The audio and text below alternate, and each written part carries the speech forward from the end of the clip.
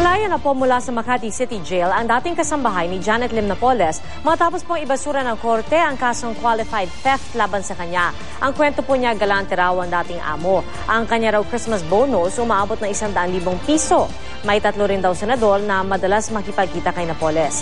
May report si John Consulta.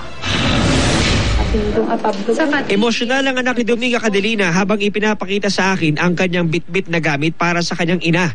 Umaasang may papasuot ang blouse na ito sakaling palayain ng korte ang kanyang ina ngayong araw. Si Cadelina ang dating kasambahay ng itinuturong utak ng pork barrel scam na si Janet Lim Napoles na kanyang inireklamo ng pagnanakaw at ipinakulong.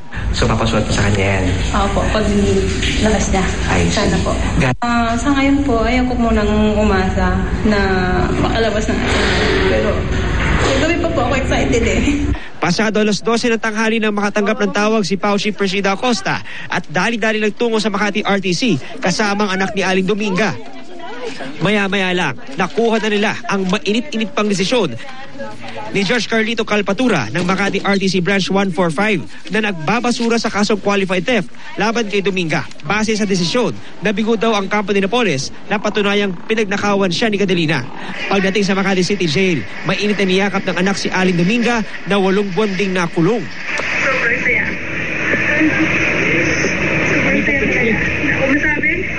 Nagpaalam din si Aling Dominga sa mga kapwa inmate at mga opisyal ng BJMP na naging mabait daw sa kanya.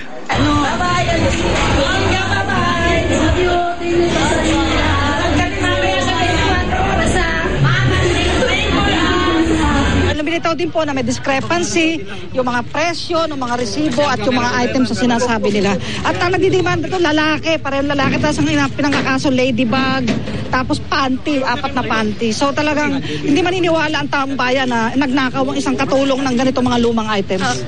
Ayon kay Aling Dominga, sa kabila ng pagpapakulong sa kanya, naawa pa rin daw siya kay Napoles dahil mabait daw ito sa kanya nung umpisa. Bukod sa kanyang sweldong 15,000 pesos kada buwan, tumatanggap din daw siya ng 100,000 pisong bonus tuwing Pasko. Kwento pa ni Aling Dominga, sa tuwing nagnininang sa kasal si Napoles, tumataginting na 1,000,000 piso ang kanyang regalo. Christmas bonus yun. Magkano po? 100,000. Okay naman. Sa loob daw ng kanyang 10 taong paninilbihan, may 3 senador daw na palaging nakikipagkita kay Napoles at binibigyan ng mamahaling regalo, pero tumanggi siyang pangalanan ito sa harap ng kamera. Sa huli, ang hiling ni Aling Cadelina, sana raw ay mahuli na rin si Reynald Ling. Yung ikinakatakot nyo lang paglabas nyo? Mga yan, baka ano yung mangyari sa akin sa labas, sa laya. Hindi ko alam kung may tao bang nagalit sa akin. Bigay ko na lang lahat. Mga problema ko kay Lord.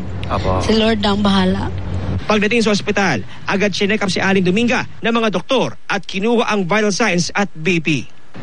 Ilang araw daw mananatili dito sa ospital si Dominga Cadelina para sumailalim sa iba't ibang mga eksaminasyon.